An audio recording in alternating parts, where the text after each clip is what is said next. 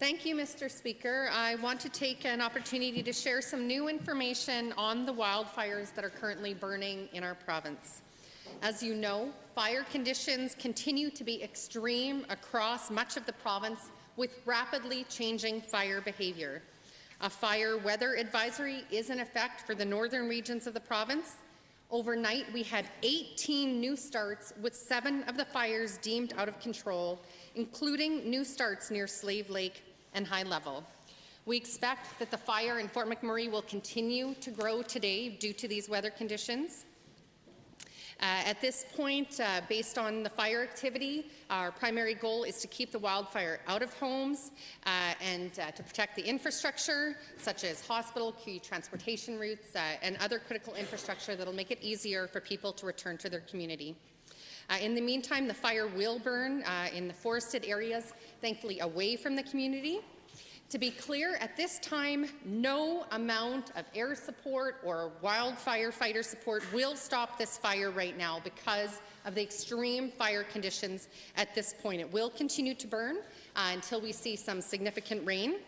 And in the meantime, again, we are focused on safety and protecting that core infrastructure. Weather continues to be a major factor. Cooler temperatures are forecast for today with lower humidity of 25 to 35%. However, we still expect significant fire behaviour due to increased winds, forecasted to be between 30 to 50 kilometres per hour. Province-wide, there are currently more than 1,300 firefighters on the front lines, being aided by 145 helicopters, 138 pieces of heavy equipment, and 22 air tankers. There are currently more than 100 additional firefighters heading to our province to assist with our efforts. The firefighting efforts are currently focused again on protecting the critical infrastructure and residences within Fort McMurray. The Canadian military is ready to help as well and has sent in helicopters and a C-130 Hercules aircraft. We have an additional equipment coming from out of the province, including 4 air tankers from Quebec that are scheduled to arrive on scene today. The Canada Task Force 2 military emergency support arrived in Fort McMurray yesterday at 10 p.m. This includes 20 command staff and 20 support staff, providing much-needed support to the emergency staff who have been working tremendously hard out of Wood Buffalo.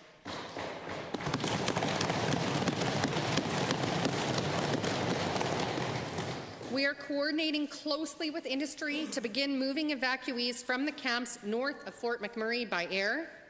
Ultimately, we would like to move people out by way of ground transportation, although safety remains the first priority, and we will not do that until it is safe to do so.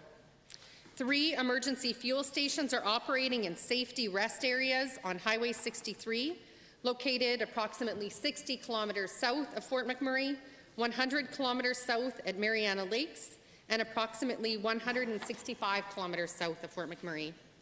Quantities of fuel are limited and will be restricted to motorists who need fuel to get them to the nearest fuel centre.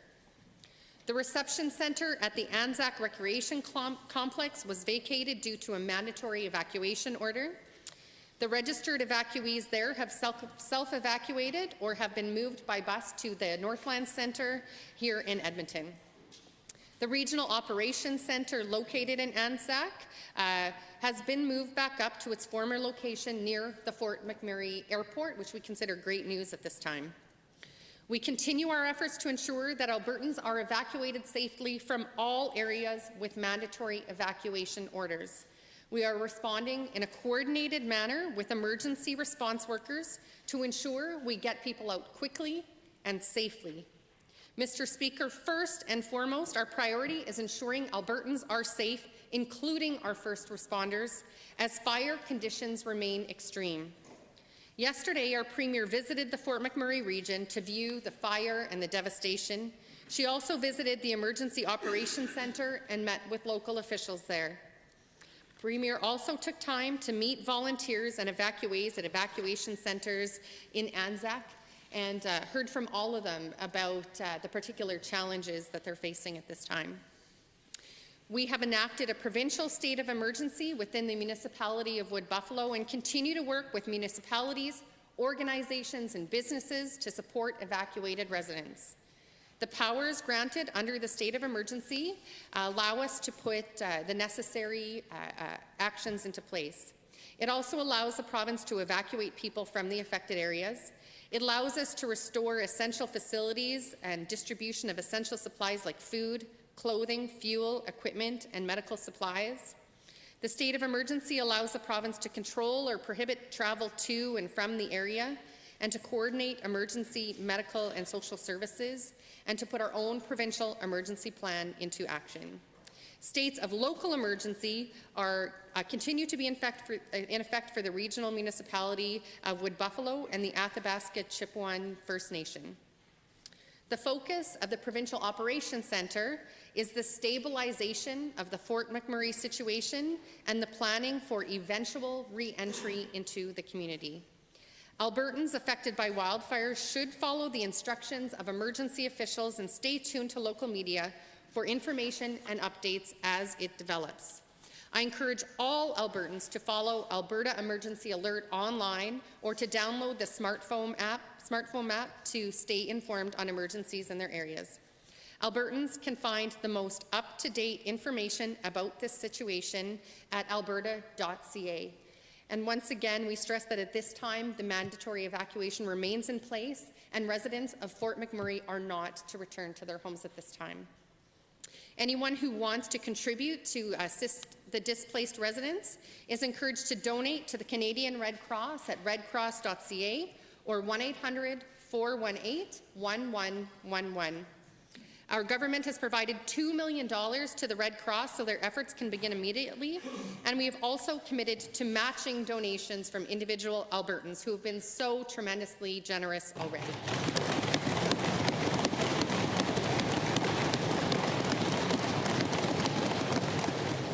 Evacuees are encouraged to contact Red Cross themselves at 1-888-350-6070 to register their location. This will ensure officials know how to reach evacuees, to verify they got out safely, to help with family reunification, and make sure they have the support that they need at this time. Evacuees should also register at a reception centre, even if they are not planning to stay there. This will help ensure our government can get them the support they need going forward. For those evacuees with pets, I can tell you that the reception centres many of these reception centres are accepting evacuees and their pets if their pets are in a crate and have food. And a number of organizations are providing assistance with food, crates, as well as kennel space. I would also like to add that mental health support is available by calling Alberta's 24-hour mental health helpline at 1-877-303-2642. And mental health staff are either in place or in transit to a variety of the reception centres right across this province to provide that necessary support. For those needing to travel Highway 63, the highway is open to southbound traffic only. Northbound traffic is restricted to emergency vehicles and other essential travel at the junction of Highway 881. There are traffic controls in place at both Highway 63 and 881, with priority being given to emergency responders. More information and regular updates are available from Alberta's 511 service. For those Albertans with questions or need of information, they can call the Government of Alberta's Emergency Information Line at 310-4455. This line is open 7 days a week from 7 a.m. to 10 p.m. daily. Our government is grateful for the responsive support offered and provided by the federal government as well. I'm very thankful for the commitment Minister Ralph Goodale was making today to work with us in terms of supporting people with income support, with rebuilding businesses within the region, and in general restoring Fort McMurray to functionality and helping them to rebuild. So I thank the federal government very much for their commitment to working hard with us on that. All Canadians are standing with Alberta today. Our government is also grateful to the energy industry who have supported this region and this province and its people in good times and now in this crisis. I'm thankful for all the other companies, Alberta companies, who have been tremendously generous in terms of donations to provide support to the evacuees. And I'm so very thankful to Albertans. I mean, Albertans' true advantage always has been and always will be our people, and we're seeing that displayed time and time again throughout this crisis. Albertans have stepped up to provide money, to provide time, and have opened their own doors to these people in times of need.